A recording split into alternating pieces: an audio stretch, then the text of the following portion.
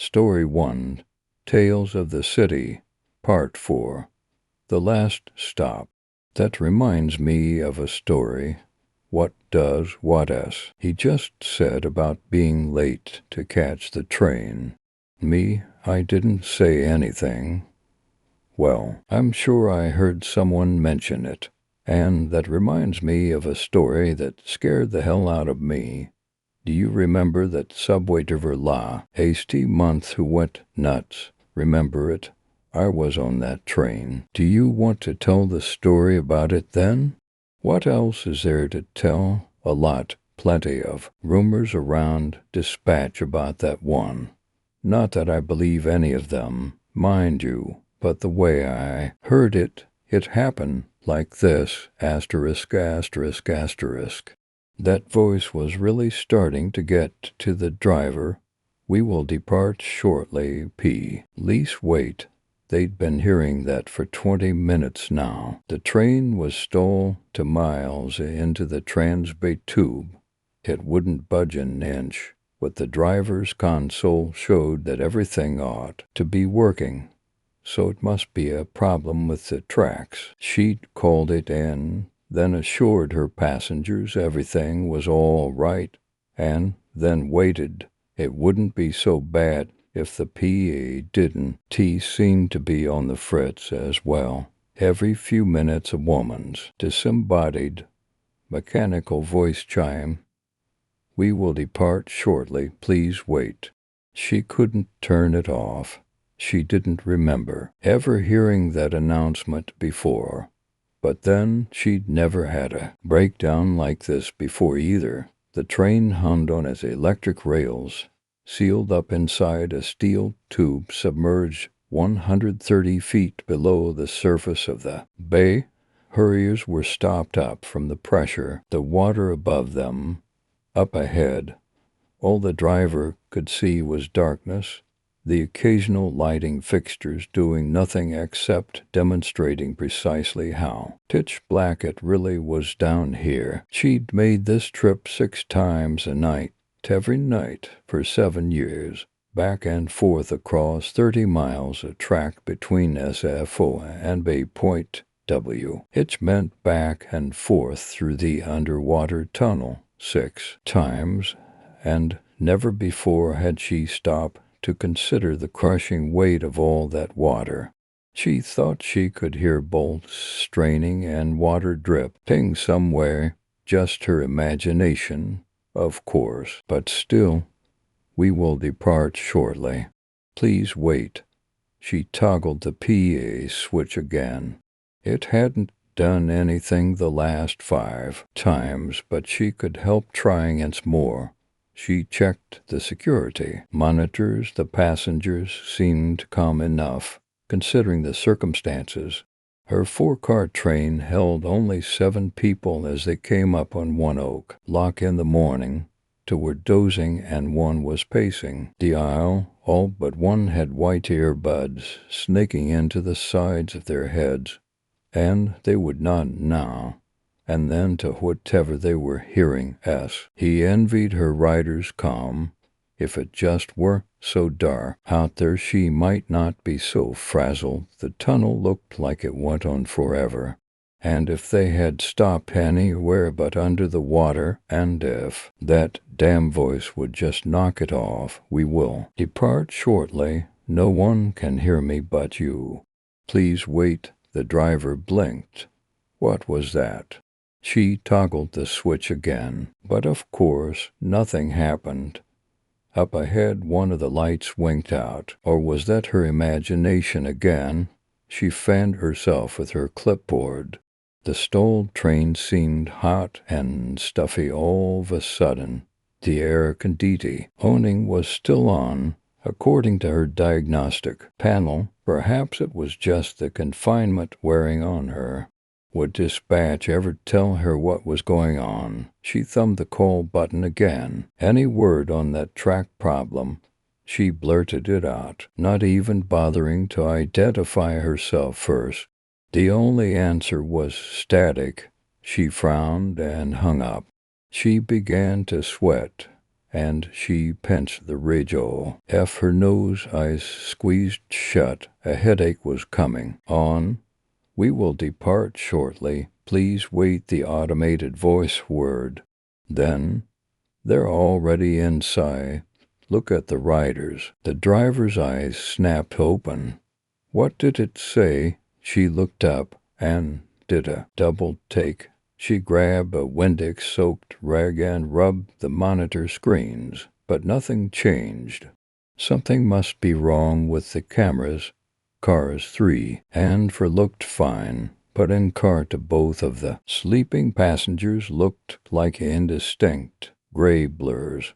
In car 1, the same car she occupied, in the driver's carriage up front, the pacing man looked perfectly normal, but the woman in the back seat with the earbuds in also appeared blurry and distorted, as if a film of cobweb or a tiny fog bank covered her body. The driver looked over her shoulder, peering into the car through the plastic divider. The woman was still sitting there, staring at the blank tunnel wall outside her window, nodding her head to whatever was streaming through the wires in her ears. She looked perfectly fine. The driver chuckled a little at having scared herself, then rubbed her temples. The annoying recorded voice pinged again. We will depart shortly. No, we won't. We won't leave until what's keeping us here lets us go. You are not watching the riders. This time the driver was sure of what she'd heard. What the hell? She reached head for the toggle. You can't turn me off.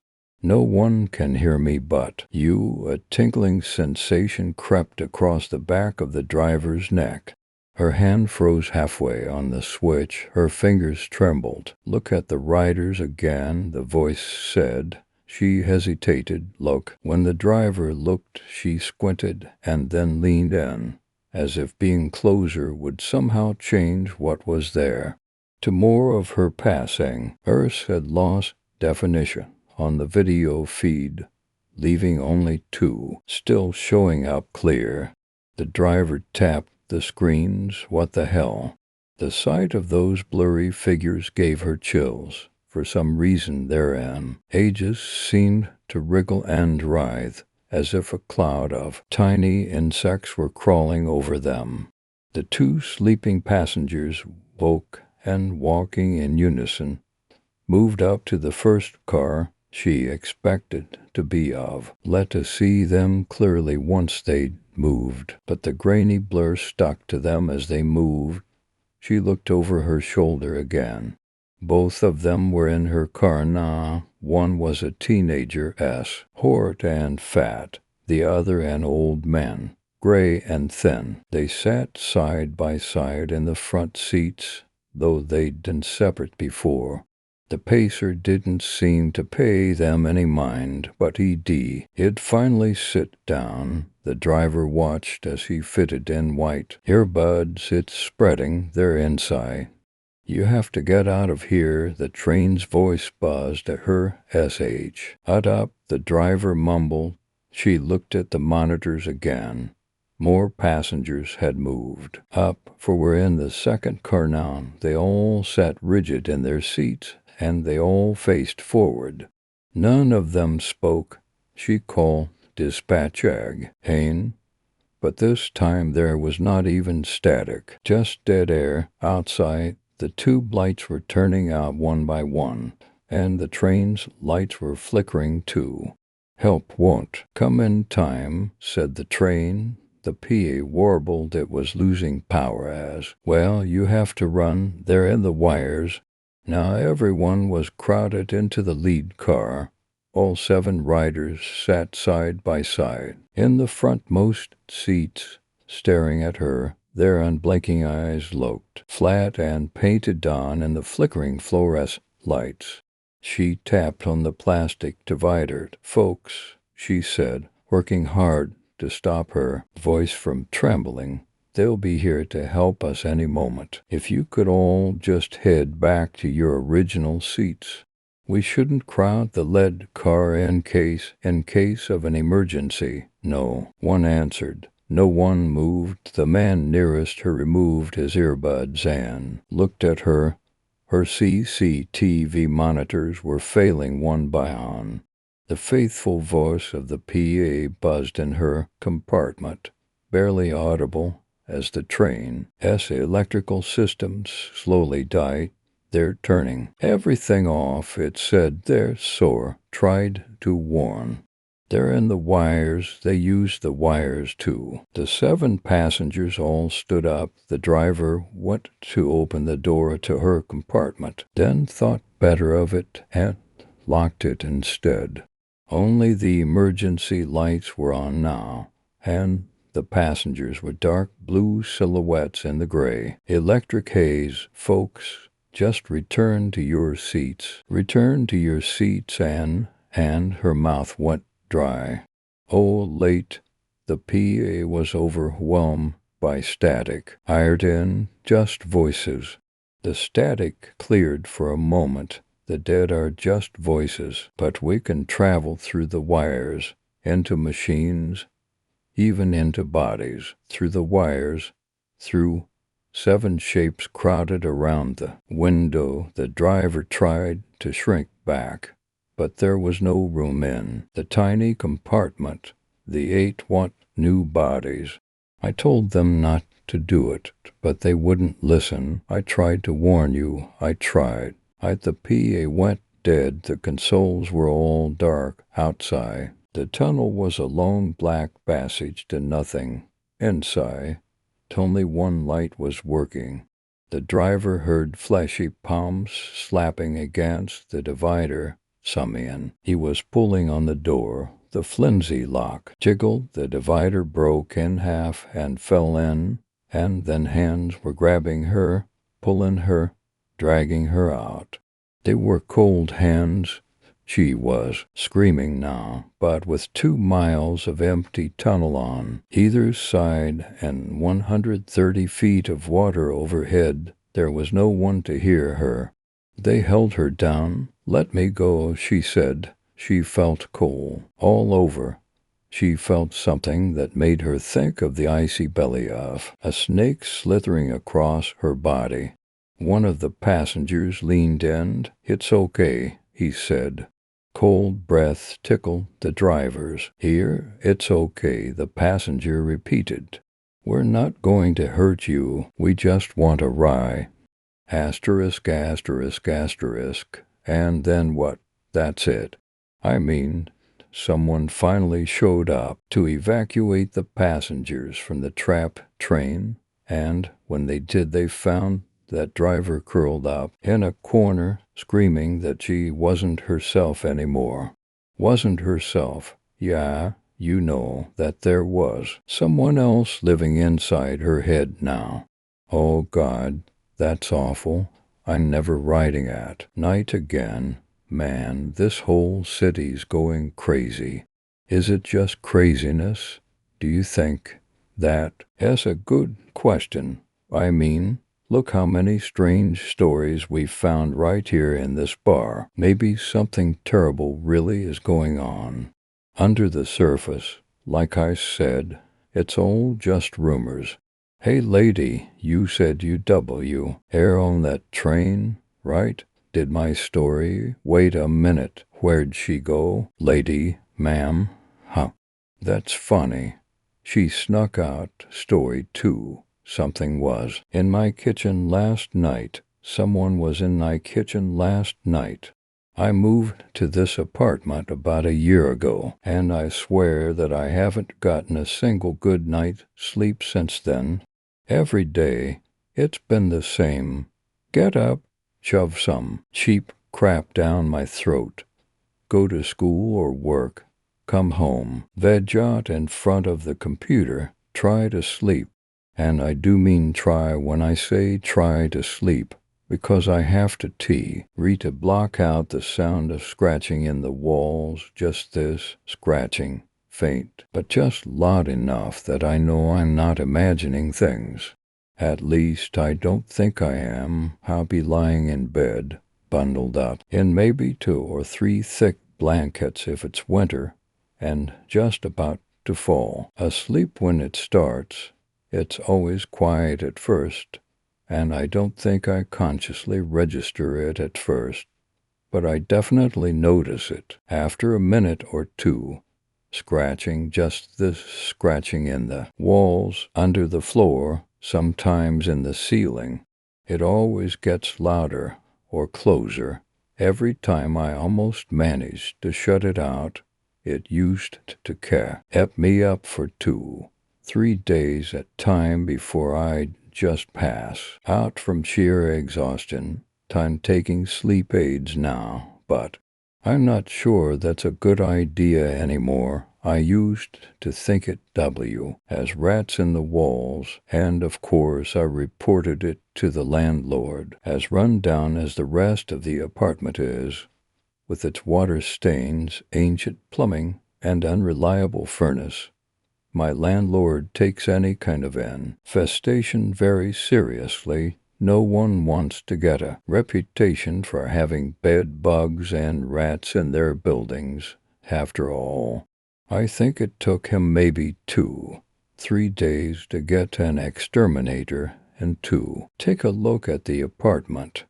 Not that it did any good. The exterminator spent maybe 2 or 3 hours scouring every nook and cranny, poking his nose into every dark space behind and beneath my furniture, in search of even one scrap of evidence that some kind of pest was in there. Nothing. He didn't find so much as one whiff of a rat or a cockroach. Not one stray hair or telltale dropping. Gee, he must have thought I was a crazy, because I pushed him to look just one more time, to stop just short of actually tearing open the walls. But he couldn't find a thing. So when I heard the scratching in the walls again that night, I tried to tell myself that it was all in my mind, that I could just will it to stop. It didn't, of course. I wouldn't be writing this if it had just been that easy. It just kept happening, keeping me up every night, and I'd lay there, exhausted but wide awake and hoping, praying that it would just stop. I even started leaving traps and posing around the apartment, but nothing would ever be taken in the morning. I think that's about when things started getting worse, actually. I think I might have pissed them off by trying to kill THM. It wasn't just scratching in the walls anymore. I'd hear things moving around outside my bedroom, like animals walking around or things being moved around on the table or counters. I'd hear the quiet bump of something being put down or the shuffle of something being pushed or dragged, but nothing would be out of place. It's like someone was rearranging my stuff at night, then deciding that they liked the way I had it better. I bought a camera to try to catch whatever it was in the act. I wanted to buy more so that I could have one in every room, but I could only afford the one, since most of the movement seemed to be coming from my kitchen. That's where I set the camera. I set it in the corner where it'd see most of the room, turned it on, went to bed, and woke up to find that the camera had gone missing. Just the camera. The tripod was still there, completely undisturbed, but the camera was gone. When I was looking for it, I found a small, neat brown envelope tucked in my couch cushions that I sure as hell hadn't put there. My hands actually shook, and I could feel my heart pounding against my chest as I picked it up and turned it over. No address, no signature, not even a name. I don't know why I was expecting these things. Maybe I was just trying to find some strand of normalcy to cling to, some safety line to grab onto in the face of this insanity. I opened it, nearly tearing it into because my hands were shaking so badly, and I nearly pissed myself when I saw what was inside. The memory card. I didn't even bother packing my bags, Beth. Or I left. I just had to get the hell out of there, away from whoever had decided to pay me a visit in the night. All I grabbed was my wallet, my phone and my laptop, the wallet, so I could at least get a motel room for the night, and my laptop so I could see what the fuck was on the card the second I was settled in this crappy, cheap little motel room with a bed that probably housed STDs still unknown to the scientific community. I popped in the card. There was a single file on it, spanning from midnight to 4 a.m. That's when they took the camera, or at least that's when they came in and turned it off. Most of the video was just dead air. Nothing was moving, nothing was being moved. I couldn't see anything that could explain why I had heard things moving around all night. Not a person or an animal or objects moving by themselves. I couldn't believe it. Not one thing was out of place the entire night. Nothing fell, nothing slid around, nothing. I skipped to about 10 minutes before the end of the video, hoping to God that I'd get something to prove that I wasn't going insane, but dreading the possibility of actually seeing whoever or whatever was responsible for tormenting me. The kitchen was completely dark except for the night light I'd plugged in to keep myself from running into things on my way to the bathroom in the middle of the night. Well, that was the idea. Anyway, you can guess how often I willingly got up to use the washroom in the middle of the night once everything started happening. The light cast this hint of greenish glow on everything, more giving shapes to the shadows instead of really lighting up the room. I couldn't see anything out of the ordinary, but it was so close to the end of the video that I didn't want to fast forward in case I missed something. 9 minutes, still nothing. But I swear I saw the light dim ever so slightly. 8 minutes. Did a shadow just move? No. I decided probably it looked too similar to how it was before. 7 minutes. Was that a thump in the background or just a digital artifact from the mediocre microphone? 6 minutes. Did the camera shift a little? 5 minutes, the camera is trying to focus on something. There's nothing there, but it's trying to focus on something. 4 minutes, the ambient noise has just cut out. The video is completely silent, but checking the audio information shows that the camera was recording every sound in its range the entire time. 3 minutes, the ambient sounds are back. But I swear they're louder. 2 minutes, I definitely heard something moving out of frame. It's quiet, like it doesn't want to be heard, and it sounds very close to the camera. I think it's behind it. 1 minute, the night light goes off. It takes the camera a second to adjust to the complete darkness, and everything is still much darker in comparison to the rest of the video when it does. 30 seconds, the camera shifts just a little, like something bumped the tripod. 20 seconds.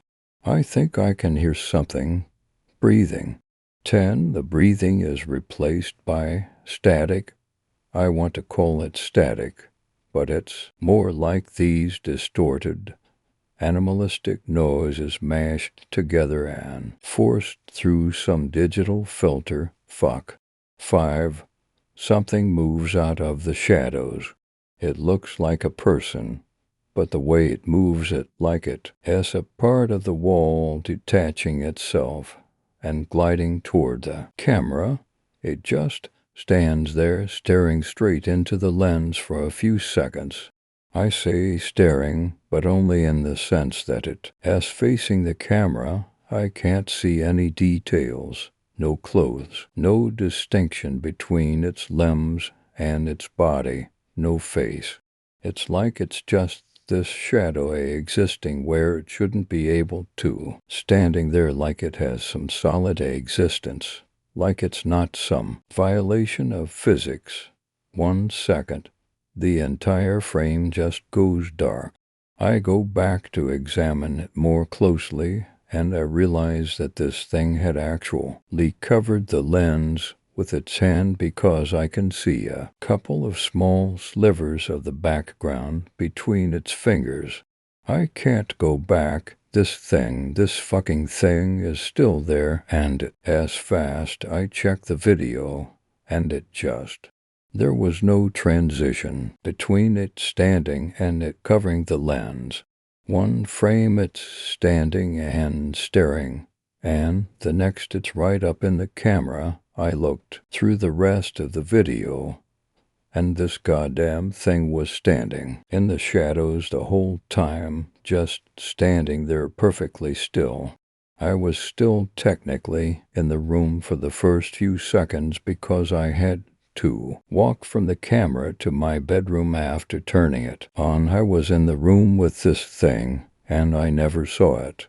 I've been watching the shadows in my motel room for a few hours now, and I don't think it's followed me. But how can I be sure? Can I even see this thing with my own eyes? I don't know what to think anymore. I think I can hear someone pacing in front of the door, but that might just be a cleaning lady or another guest. I just wish they'd leave already. It's been an hour, and they haven't stopped pacing. Story 3. Silence. I tense up at the sudden noise from my headphones that breaks the silence in my dorm room. It takes a while, but I adjust to the noise, letting the video play out with mild interest. My stomach growls harshly. I should get something to eat from the basement. I glance at the clock. 3:06 a.m. About bedtime, Kyle, I think to myself. I roll over after laying my laptop aside and cover my tired eyes, only more tired by the effects of the glare from a computer screen that has shone into them for hours. The covers are warm against me, and my roommate's steady breathing adds more white noise to the air conditioning unit above my bed. The air conditioner shuts off and the room is still. Even my roommate's breathing is too light for my sleep-deprived ears to pick up. It seems at night silence breaks even itself, so I lay there for God knows how long, listening. The silence is good for that. I lay there and adjust to a more comfortable position, and as I get comfortable, I am brought back to alertness by the sudden noise of a few drunk friends in the hall, coming back from a late-night party. They don't say anything important, just being extra loud like most of their kind, so I lay there, listening to one complain about his girlfriend being whiny and another tell him how whipped he is. After the ramble calms, I close my eyes and attempt to sleep again, rolling over. My stomach growls loudly, ravenously, wolf-like, begging for a snack, so I get up and slip on some short and flip-flops to go downstairs, pocketing a few quarters as I leave the room. Newberry is always empty after midnight, but I don't feel like taking the elevators. They take too long. So I walk across the hall to the stairwell. Very reliable and fast when you live on the second floor. The door closes behind me, and the solid thud echoes up and down the 8 floors of the stairs. It's eerie how quiet it is afterwards. Not even the usually annoying, cheap fluorescent lights buzz, just the sharp SMACK of my flip-flops hitting my heels as I make my way to the stairs leading down. I softly climb down the stairs, strangely nervous about being alone. I feel like I'm being watched, so I lean off the side of the railings and look straight up the stairwell. Nothing, and then I look straight down. Nothing. I must just be getting paranoid at nothing, so I shake it off the best I could and make it down to the first floor, smiling at the only camera above the door and walking into the door leading to more stairs, which lead to the basement. So far so good. This door is incredibly low, and the sound rings off the walls for what felt like forever, but there was something else. I listen as hard as I can, but I don't hear it again. It sounded strange, like a wheeze or a sh. Huffle of something, just another student, I think to myself, waving off the paranoia with little effect. My eyes droop heavily, and I slowly continue marching down the stairs.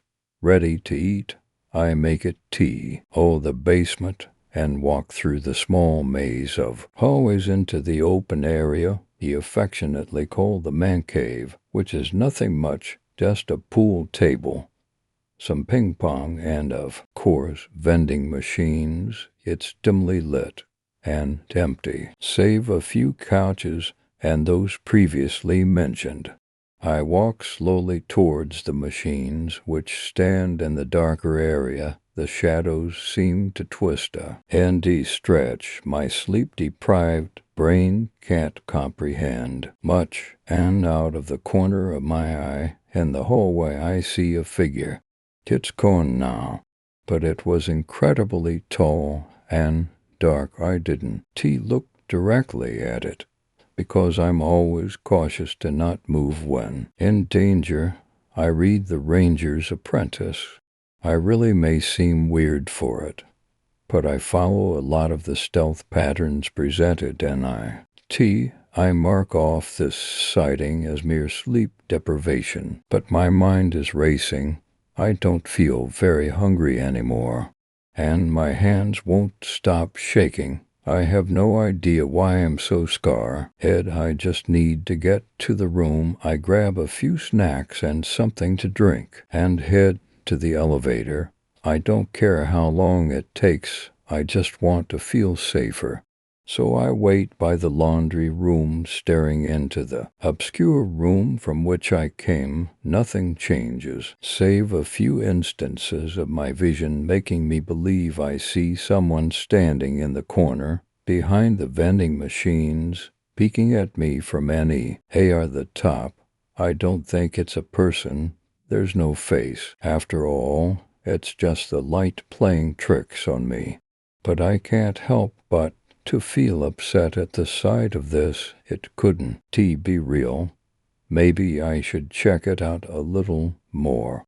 The elevator snaps me out of my terrified stupor, and I board it with my sloppy groceries, pressing the 2 on the pad. As the doors slide together, I look and feel both relieved and worried that the face isn't there anymore, watching me. My nerves are on end as I pace around the dingy little box. It finally stops, and I get off. The doors slide together, and I get off and begin to head towards my room, pausing as I look and notice it looks different. A few lights have gone out on my end. I realize I think nothing of it. Boo. It still adds to my paranoia as I enter the longer halls. I creep around the corner and look down the hall into the frightening darkness that embraces the inn so tightly, and at the end I stop in sly shock and fear as I notice the tall man standing there. He seems to be bald and must be looking down, or his face blurred by my vision, for I left my glasses in the room. Either way, I can't make out anything other than a pale globe on his shoulders, his strangely thin shoulders I notice as I draw nearer to my door, which is safely away from him. I can't help but feel fear rising in me as I see him standing there, watching me. I can't see any eyes, but I feel the gaze. I walk faster to my door and try to open it. The door won't open with my key, so I look up, trying to ignore the feeling of his gaze. His horrifying gaze cutting into me. For 106, the door read.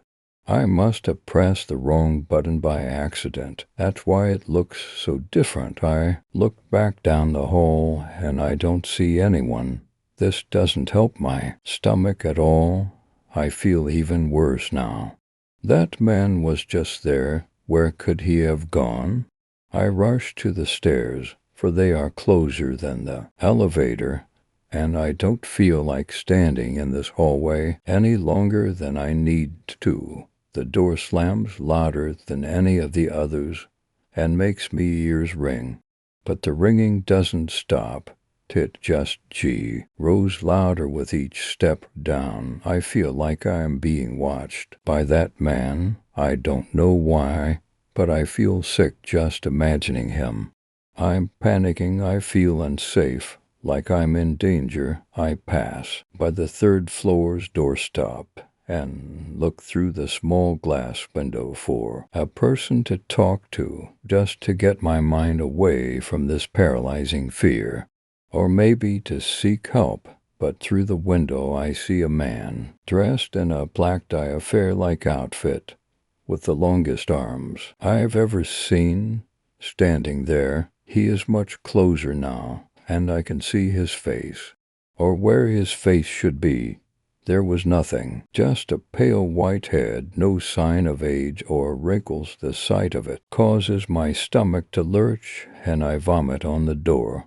The thing makes no response besides to stand there, as if enjoying my horror, just watching. Through a window, I tear myself away from the scene. As my body feels drawn to this thing, I run down the rest of the stairs and, feeling as if I am safer, puke over the cinder rail in fear. As I open my eyes to look at how bad my sickness was all over the bottom steps, I see him staring at me, slowly stepping up the stairs, but his head never moves.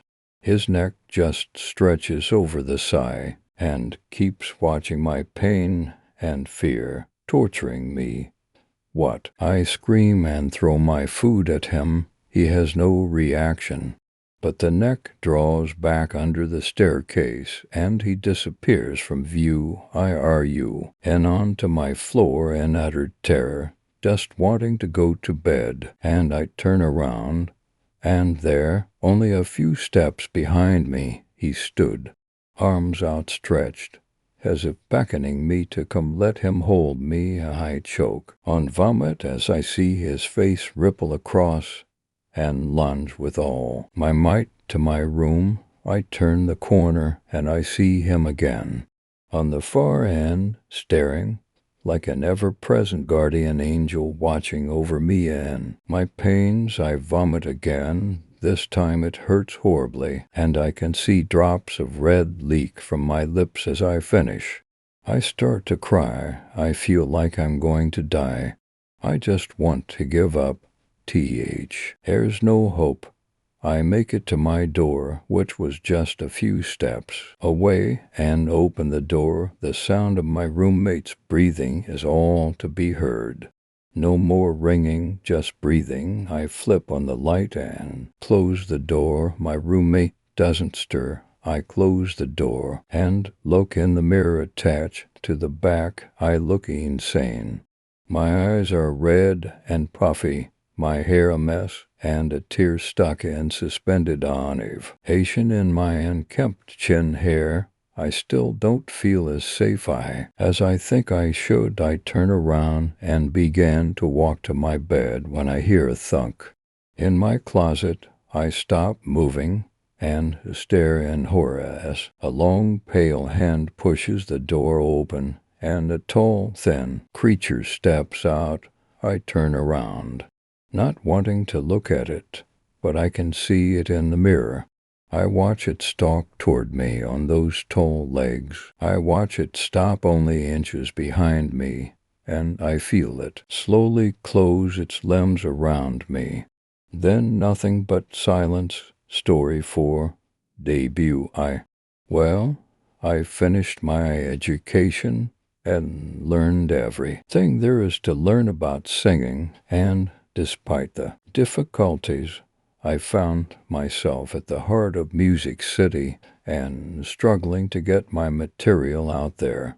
I haven't been able to meet any labels, and I'm barely surviving on gig money. I have an audition at a new place that's opening down by Broadway Street.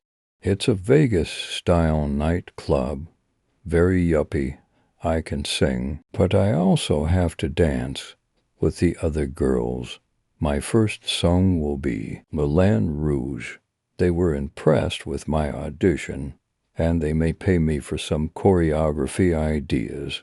Maybe I can get some hours there. Regardless, times are hard for everyone right now. Any day that people hear me sing is a good day.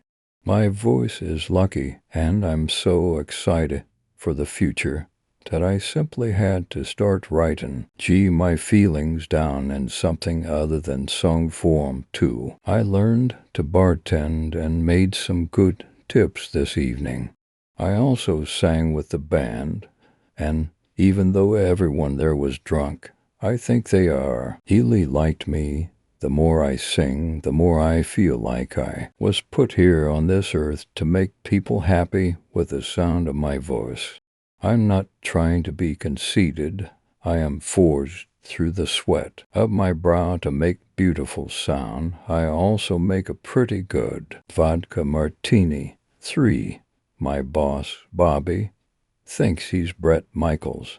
He keeps going on and on about how he's going to make me a star, and how much money Alley Cats is going to make with me singing at the helm. People applauded after the girls work through my dance today.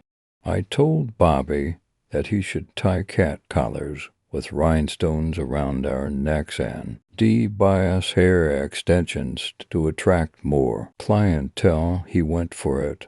I'm excited. I've never been able to afford hair extensions before. The last song I sang before I went home this evening was amazing. I saw a table of drunks in the front row who appeared as if they were crying. That's the best feedback I could possibly ask for. 4. Some of my teachers came by today because it was my day off.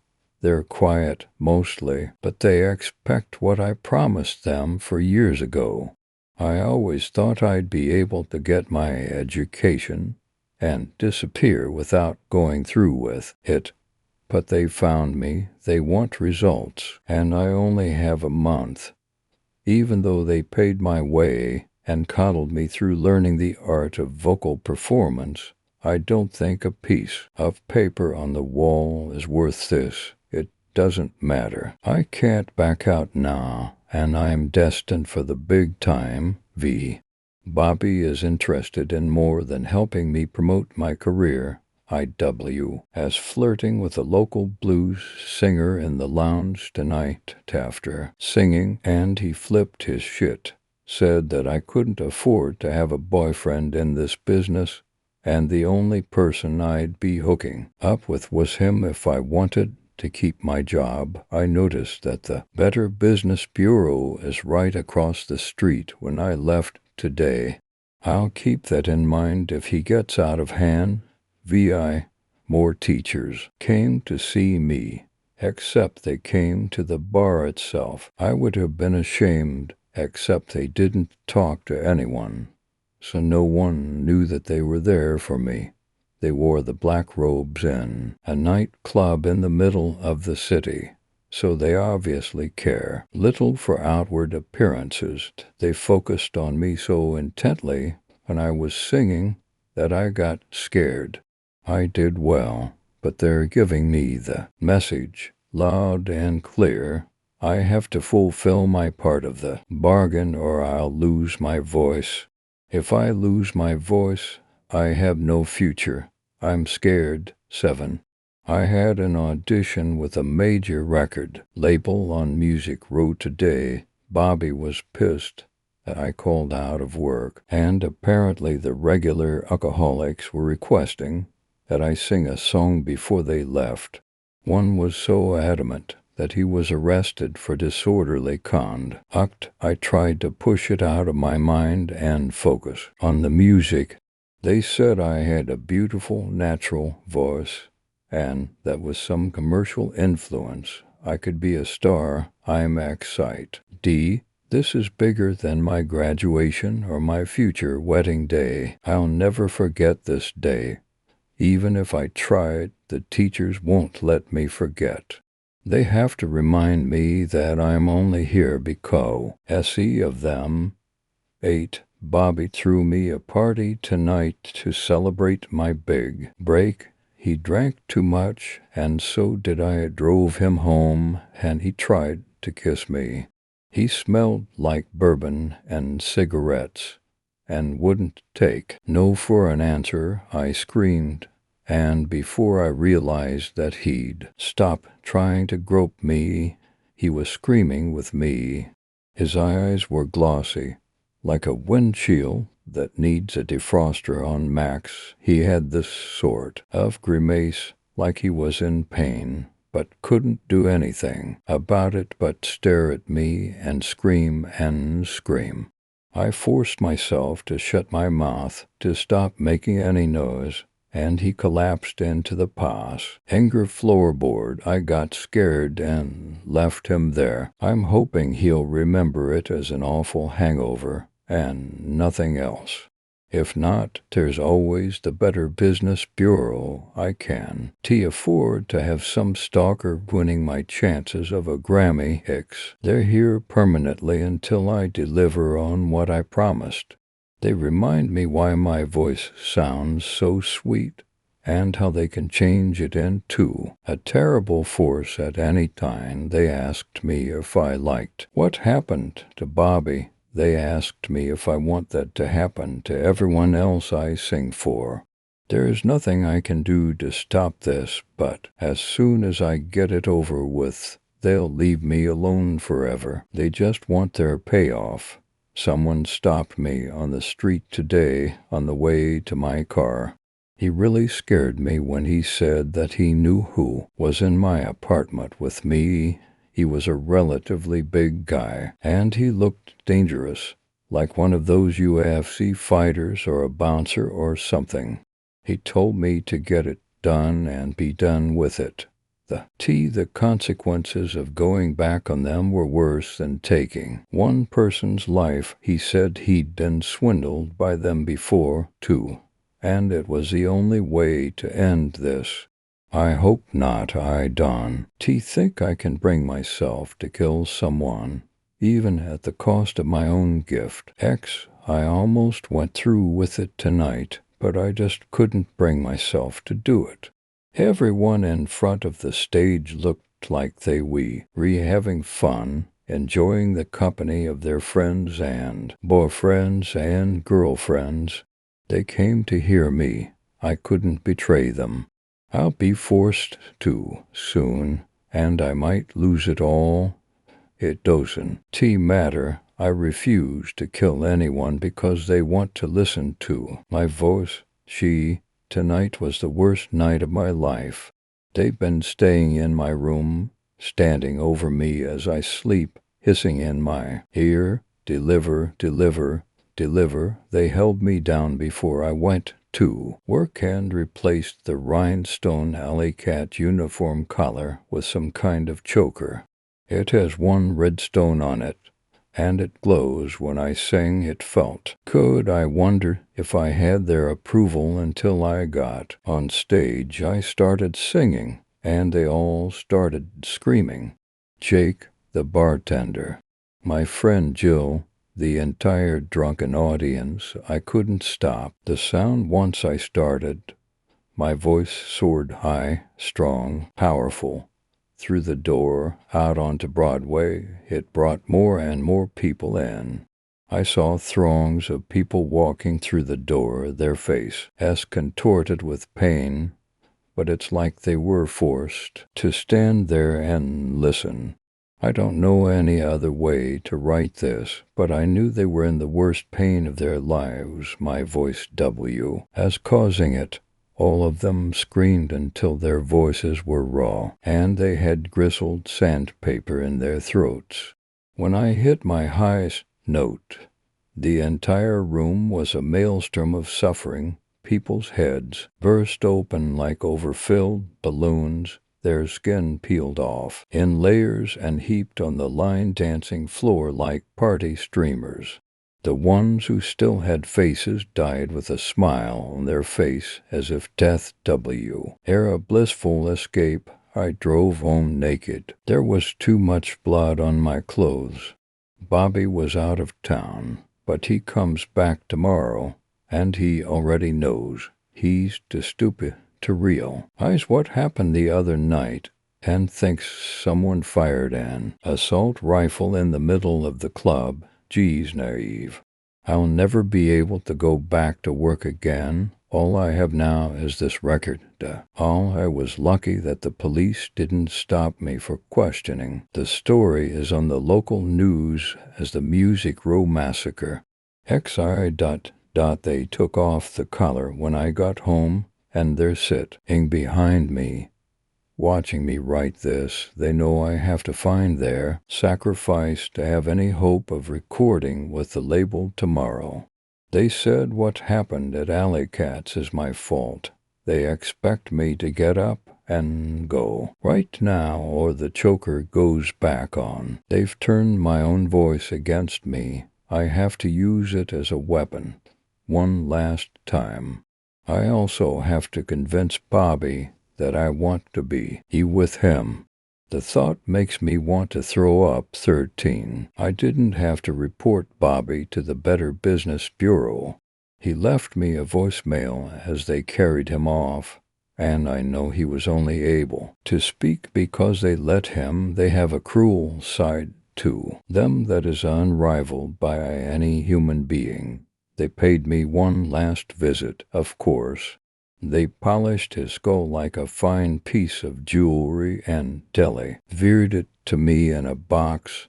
They said as long as it stayed in the same room with me that I'd sing beautifully. They want to remind me that I killed someone to make it big. I wish I could take all of this back, but I wouldn't if given the choice. Tomorrow I record my first album, and nothing will stop my big debut. Story 5, Knocking. It started when I was 6 years old. I was in school. It was the middle of a reading lesson, and I needed to pee badly. At that age, actually a fair few kids still wet themselves, and I always got paranoid about embarrassing myself in public like that. I tucked my hand up and told Mrs. Zibby that I needed to use the bathroom. After the usual speech about I should have gone at break, she gave me the key to the disabled access toilet, as it was the closest one to my classroom. It was the middle of 5th period, and the corridors were empty and seemed cavernous to me.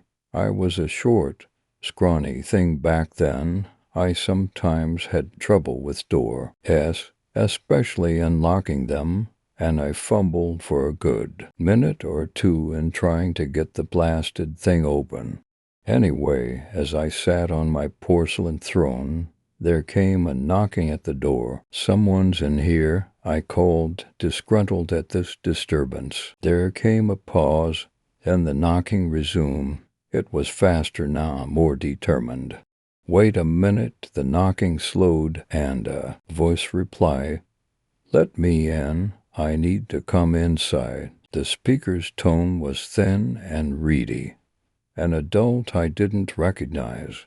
I may have been 6, but I also had a fairly good understanding of bathroom etiquette, mainly that you didn't let more than one person into an area only slightly larger than a cupboard.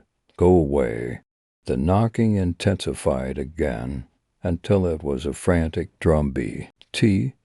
Just a few feet from me and out of sight, I heard the voice, shouting something, growing more and more desperate. Let me in. Just open the door, please. I was terrified by that point. The hammering and yelling were so loud, and yet nobody had come to investigate it. Eventually, my teacher came to find me, angry because I had been gone for almost half an hour. When I refused to open the door to let her in, she got a spare key from the receptionist and then took me to the headmaster's office and called my parents. I was suspended for the rest of the week. I never told anyone what happened. It was a few weeks before my next encounter with this phenomenon. I had just celebrated my 7th birthday, and my family was having a barbecue in my honor. It was a gloriously sunny day, but as we'd set everything up in the allotments behind our house, the coal refused to light. My dad asked me to go and get some fire starters from the shed in the front garden. It was pretty cramped inside, and I wouldn't fit all the way, so I just opened it up, stood on tiptoes to reach the shelf holding my objective, then shut the door. As I turned away, a frantic knocking hit the other side of the door. Open up. I need to come through. This voice was not the one I'd heard the month before. It was deeper, more brooding and angry. I said nothing and hurried away. I had no idea what was happening, but it frightened me as I walked away. There came a final thump, like a fist being slammed against wood, and I heard his voice again. You little bastard, I'll rip your fucking teeth out. Let me through. I ran back to my party and spent the rest of the day glancing over my shoulder. As you might have guessed by now, there were a lot of these voices. I count at least 30 total. Every month or so, I used to get them, pleading to be let through doors. Almost always, it would be immediately after I shut the door behind me, as though these strange entities had been following me. I never told anyone, but to be honest, I kinda just got used to it.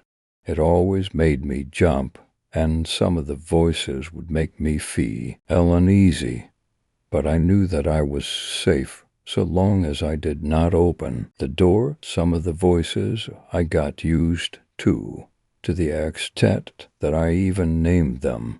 There was one which always used to appear at my front door. At home, we have frosted glass, and I could see a silhouette of an average-sized man wearing a cap of some kind. He never spoke, but occasionally would push envelopes containing blank pieces of paper through the letterbox. I called him the postman. He was one of the more unsettling ones. If I tried to speak to him, he would look up sharply, then begin knocking. I generally left the postman alone. 20 years on, and I have retained as much normality as possible. I have plenty of friends, and I even have an on and off relationship with a girl I met last year. Not bad for a guy who wakes up in the middle of the night and listens intently to noises you can't hear on the other side of the door. Yeah, my buddies think I'm strange and kooky, but they put up with it. Hair all great. I'll miss them, you see. Things have started to get strange, well, stranger than usual, I suppose. 3 weeks ago I awoke, sweating and crying, though I do not know why. My dream had been, from what I recall, fairly normal when a huge shadow had abruptly fallen over everything. Literally, the second I opened my eyes, there came the knocking at my bedroom door. Not just normal knocking, thog. This was truly frantic. "Who goes there?" I yelled. Please help us," it replied. I was surprised. It was the sadistic, angry voice that I remember from my father's shed on my 7th birthday, but it seemed genuinely sincere. There was a pained tone to it, too, as though the speaker were grievously wounded.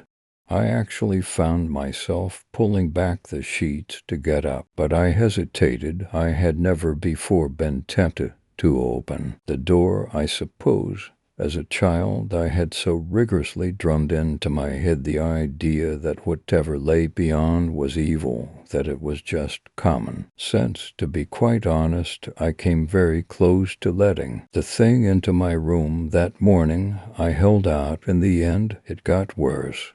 Just 2 days later, I was in my local corner shop. I just paid for a bottle of milk and a newspaper when a great force slammed against the shop door. Simultaneously, a voice began screaming, a long, keening squeal of pain. I whirled to face the door, but there were so many flyers plastered over the glass that I could only just make out the shape of a woman on the other side, slapping her palms against the window. The shopkeeper stared at me as though I were crazy. In the end, I asked if he had a bathroom I could use, murmured some half-thought-out excuse, and hid there for 10 minutes until the screaming stopped. There were 4 more incidents between then and now. A mixture of screams and tearful begging. The postman stopped by yesterday, too. He knocked politely before sliding his usual letter through the letterbox. Then another, a total of 10 plain, brown envelopes. The postman waited for a few minutes, knocking occasionally, and then he left me alone. Each letter contained a sheet of A4 paper, but somebody had taken a black pen to the pages, scribbling and shading them with such vigor that there were large tears around the center, and the edges were frayed. I shoved them back into their envelopes and tried to put it from my mind. Earlier, my bedroom door shook violently. It wasn't a scream or a howl or a roar that I heard, though. It was just crying, dozens and dozens of voices sobbing quietly. Another blow struck my door. Plaster flaked from the walls and twirled to the carpet. Still no pleas or bargaining, just sobbing. Crash. I jumped up from my chair. Crash. A hairline crack split the frame of the door in one corner. My phone began to ring, and I heard a sharp rapping at the glass of my window behind the curtains. I tried answering the phone. Boo. It was simply yet more voices crying, not even sobbing, though more like bawling in terror and anguish. I hung up, but it kept ringing, so I took the battery out. I have shoved most of my furniture against the door and window. It has been 3 hours since this latest attempt at entry began. The battering has not abated, nor has the crying. I'm fairly sure that my door won't hold much longer. As for my mediocre barricade, it could be swept aside. In 2 minutes, I find myself faced with the very real possibility of death, so I am writing this memoir of sorts, just in case something does happen. Crash. What do they want? Crash. Do they even want to hurt me? Crash. They seemed fearless, even malicious before. Crash. What could have driven them to this? Crash. Maybe I should open the door. Crash. maybe I should let them in, asterisk, asterisk, asterisk, asterisk, asterisk, asterisk. Silence fell. I realized that even the crying had ceased. For a whole minute I sat there, then I got you, tea, and hurried to my door, eager to escape this claustrophobic situation. Perhaps I'd go outside, where I could be far away from any doors, and from the damn knocking. I pulled away my barricade and turned the handle. Locked, kneeling, I peered through the keyhole. Beyond my bedroom door was not the corridor that I remembered, but another room, some kind of library or classroom, I think it seemed unoccupied. But for one kid, sitting and reading with his back to me, I banged on the door. Hey, kid, let me out, okay? He glanced over his shoulder. Yeah, over here. Could you open the door, please? I can't. I'm in detention. I'm not supposed to talk to anyone. Go away. He turned from me, confused and exasperated. I began to stand up. A loud bang shattered the silence once more. I realized it sounded like a fist being pounded against glass. My window, I heard it again, but this was not the frantic knocking of somebody wanting to get inside. This was not even an attempt to break in. Whatever was beyond the curtain and glass knew I was inside. It knew I was frightened. In the most predatory and sadistic way possible, it wanted me to be afraid.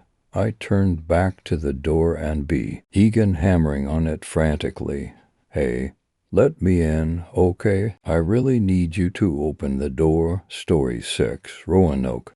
In the year of our Lord, 1587, celebration filled the spring air for the good people of Roanoke Colony. Winter had been unyielding once again, and the menace of war with the Spanish had severed much-needed replenishment of goods and supplies. As one of England's earliest endeavors at the establishment of a permanent settlement in the Americas, they were truly isolated. Tested was their resolve of heart and faith in God. Eventually, the days grew longer, and the last of the SN had melted. Come spring, none of the 117 colonists had perished, and in fact, the valiant people were thriving and prospering in this brave new world. However, hardship and trials were absent from tongue and thought this warm day. Today was about triumph and victory. The rugged and savage land had not overcome their determination of will and manifestation of destiny. It was a T.M.E. to congregate and make merry with their brother and neighbor.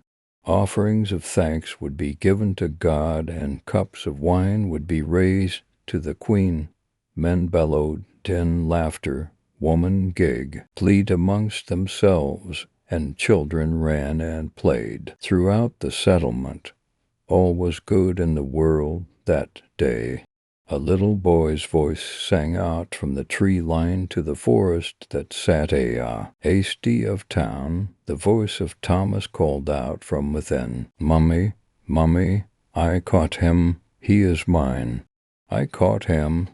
At the sound of her son's voice, Priscilla's lips thinned with irritation. Once, could not a single day come to pass in which the little waif would not cause me embarrassment, she thought to herself. Priscilla felt a mixture of guilt and disdain every time she looked upon the child, for she had married young, and not for love, but for necessity.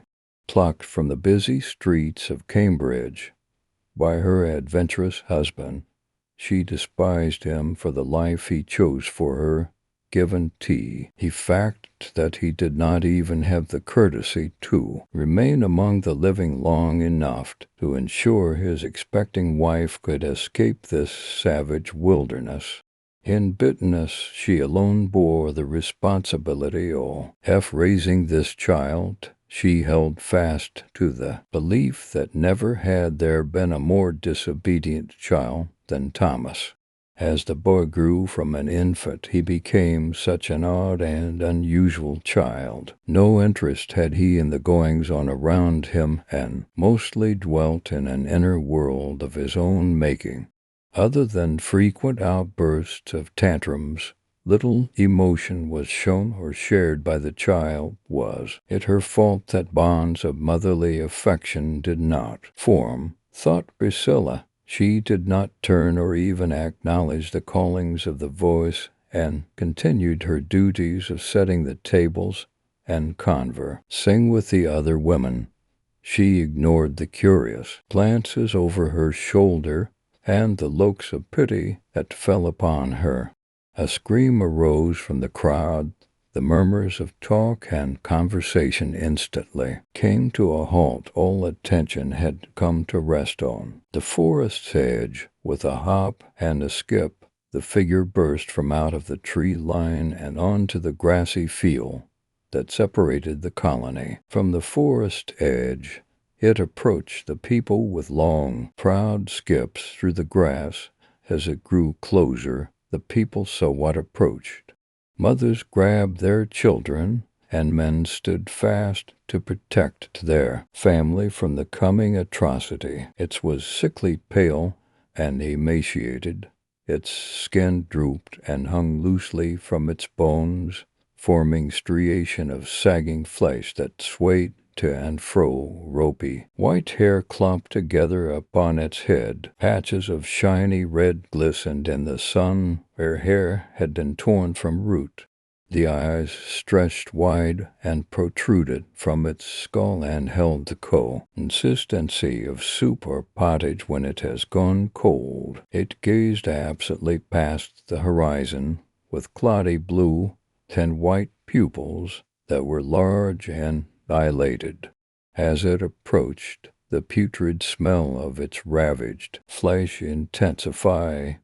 Once reaching the town's edge, the creature continued its hopping from one foot to the next. He's mine. He's mine. I won't give him back. He's mine. He's mine. He's mine, he chanted. Its two gaunt arms were held high above its head with hands cupped together, much like how a child would hold a butterfly caught from the air. Another scream pierced the air, and others' gasped for realization had come crashing down on all who bore witness. It fell heavy on their hearts and filled each with dread. For despite its deformities and gruesome appearance, there was no doubt this, in fact, was Thomas. The sky above the forest darkened, and clouds of the deepest purple, blue, and green spilled out from a single point in the heavens.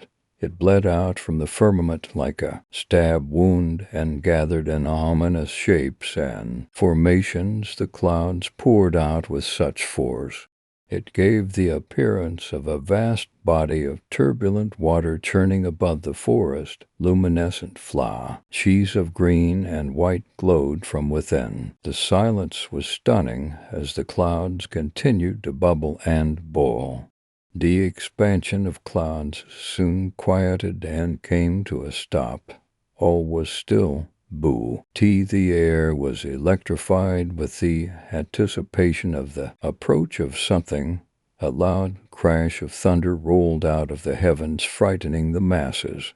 The echo of its rumble lingered in the air until it slowly faded. Then another clap boomed overhead. Panic gripped the people, for this was no thunder that roared overhead. This was different. The low, mournful tone was too profound to be of nature as making. No, it held the likeness of darkness and resemblance of dread from the sound of great trumpets. Trumpets like those from Scripture that would herald the end of days. Magnificent lumens sent objects burst through the clouds. So bright were they that no true form could be seen of its body. Only rings within rings of light did they have in appearance, but the largesse pan of wings that outstretched from its back was unmistakable. A legion of creatures of light began to descend on the small settlement.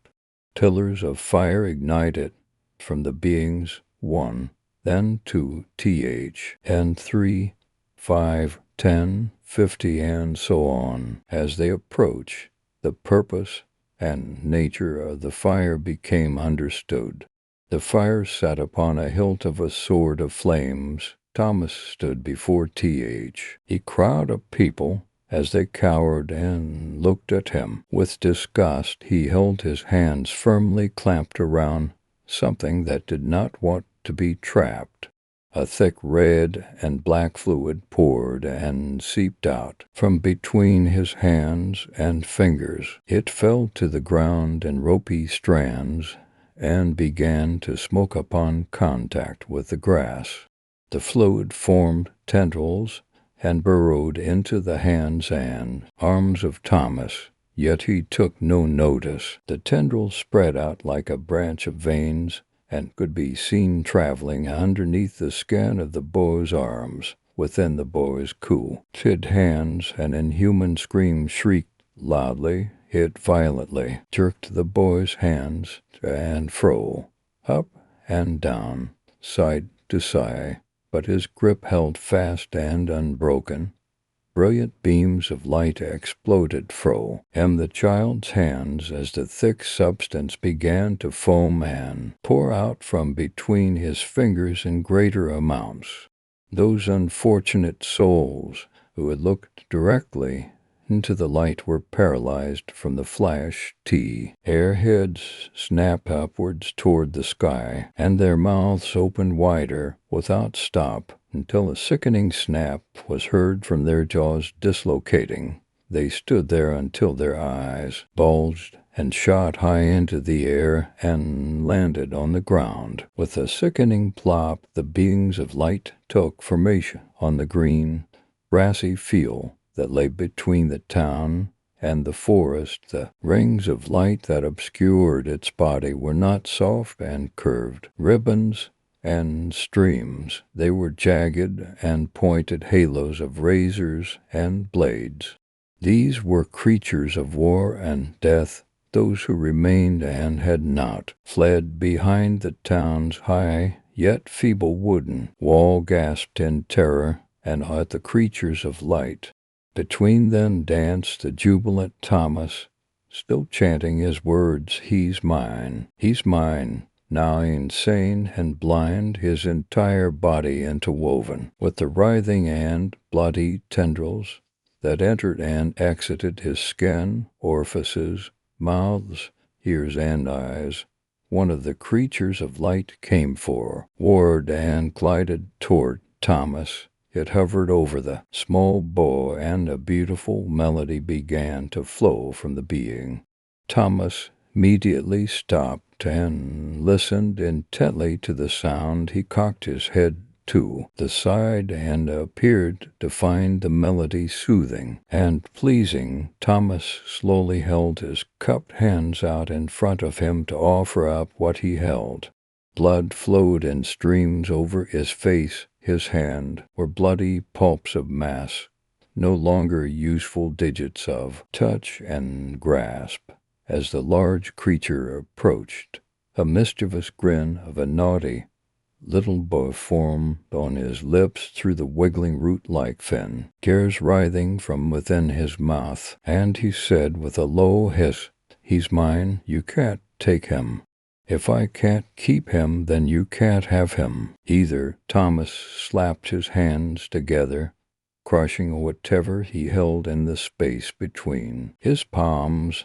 The reddish black fluid sprayed out with such force it coated both men and creatures of light. The substance ate away both flesh of me and auras of light immediately upon contact, with flames from swords raised high, and the war cry of pure angelic hatred and rage. the creatures of light charged into the settlement of Roanoke Colony in the year of our Lord 1590. The first of the delayed supply ships arrived upon the shores of Roanoke Island to find not a single living soul in its 3 years' absence, no evidence of war, famine, or any other possible reason for the colony's complete disappearance could be deduced. What had once been a thriving settlement of sturdy, thatch-roof cottages of he and two-story habitats was no more. The first presence of the English Empire in the New World, shown through the efforts of these 117 people, had left no mark or clue of the fate that befell them.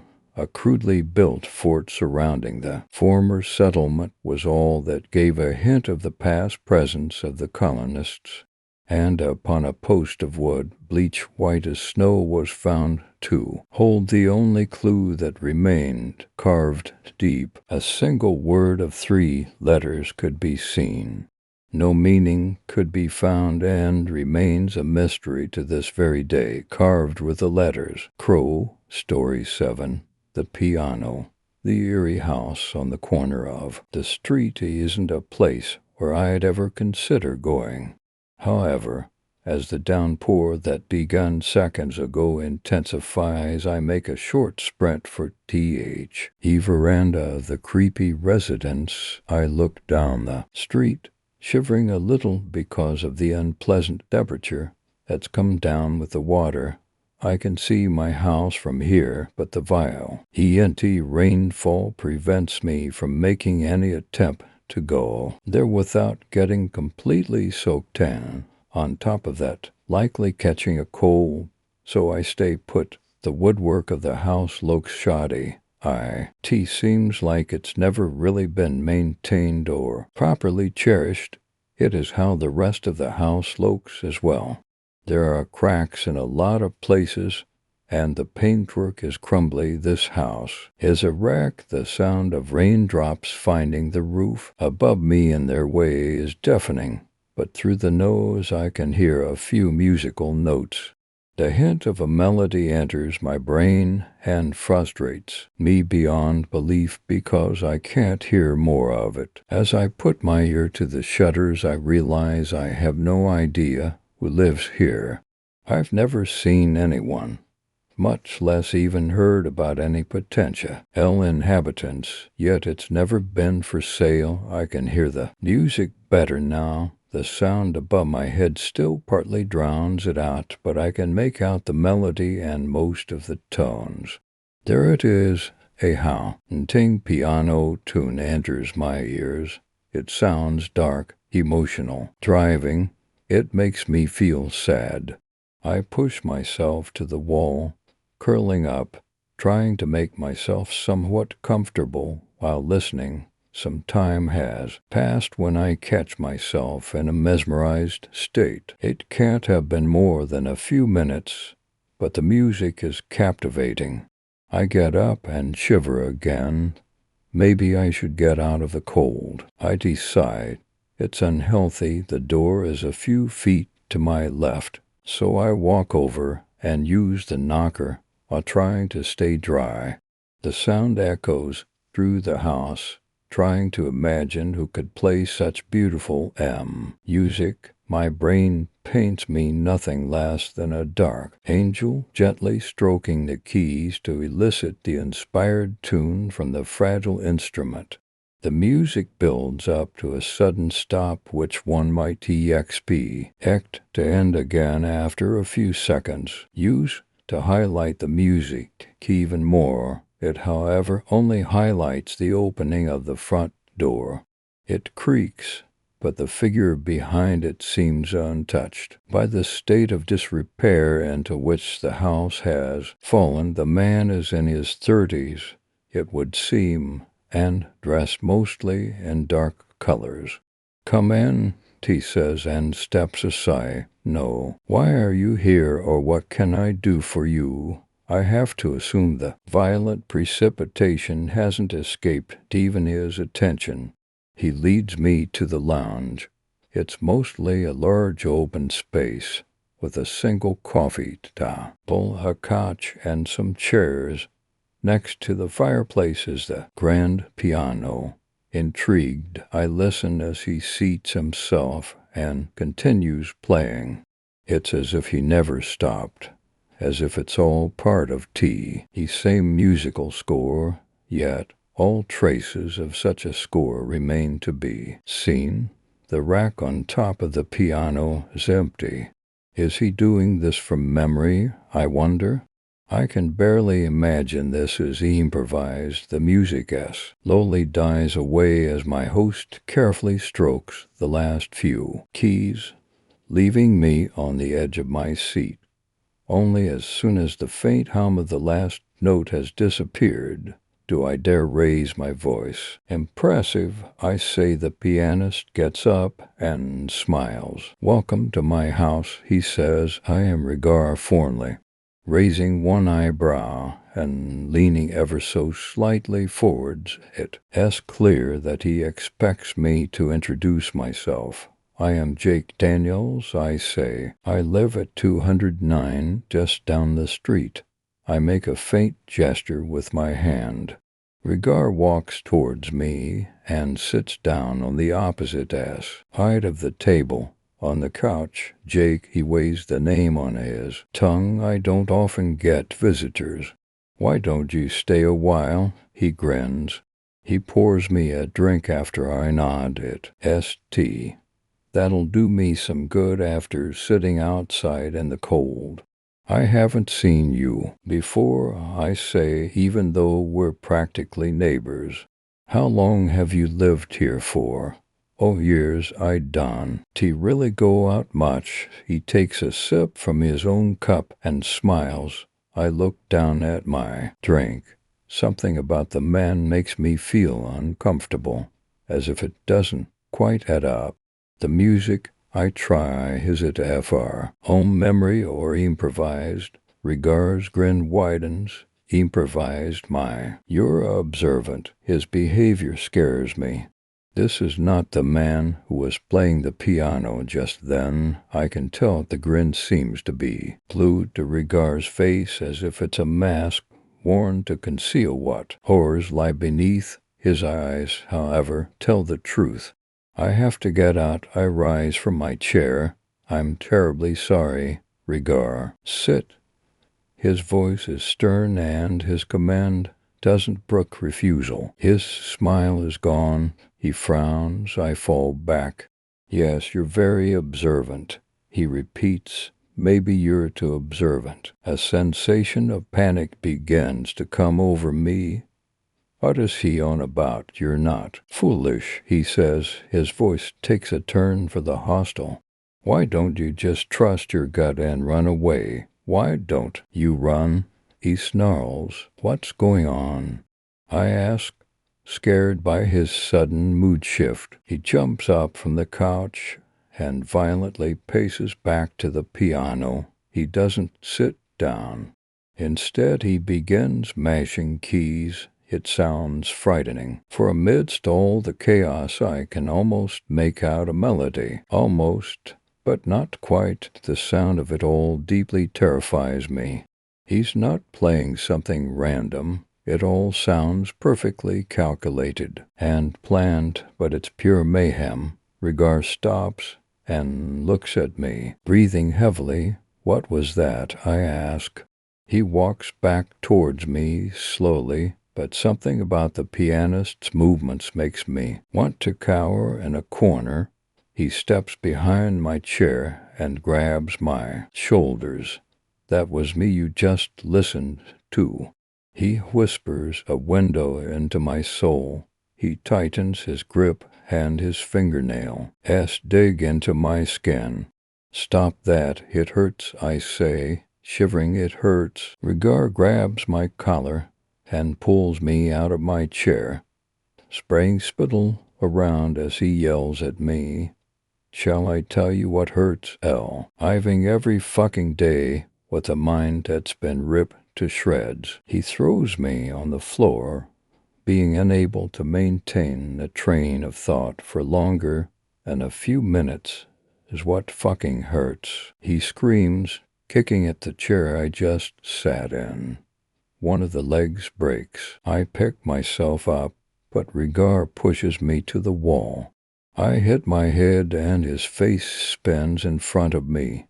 Do you know what hurts most, though? He says, holding me firmly against the wallpaper. I want to mutilate your body, he hisses. I want to break your spine.